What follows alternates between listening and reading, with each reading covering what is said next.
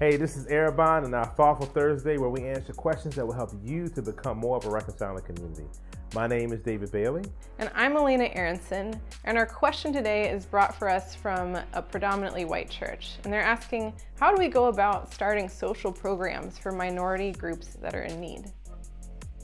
Now, this is a really great question, and I think a lot of people who are well-intentioned try to jump in. And one of the things that I would just even start off by saying, you can kind of go deep in our race class in the Kingdom of God study series. We have a thing called what's the I forgot now. Models of cross-cultural engagement. Models of cross-cultural engagement. Yeah, we have who Elena created a lesson that we teach that will kind of help you know how to engage across cultures. So I highly recommend that. It actually is really great material, even though I totally forgot it, but that's fine, you know. As you embark on this journey, I want you to think about three things, what I call CLC. Think about consistency, longevity, and collaboration. That's consistency, longevity, and collaboration.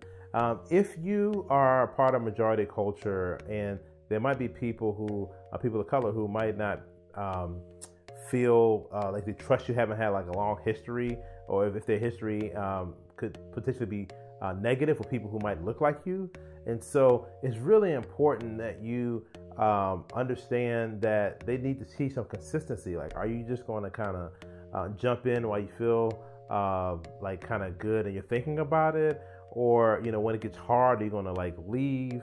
Or if people don't show that they appreciate you, are you going to go where somebody else would appreciate you more? And so I would just encourage you to, number one, embark and be consistent and try to figure this out so that you can win trust. I mean, like, don't go into something for a season, but like go into for some years to try to make sure that you can be consistent on whatever this endeavor is.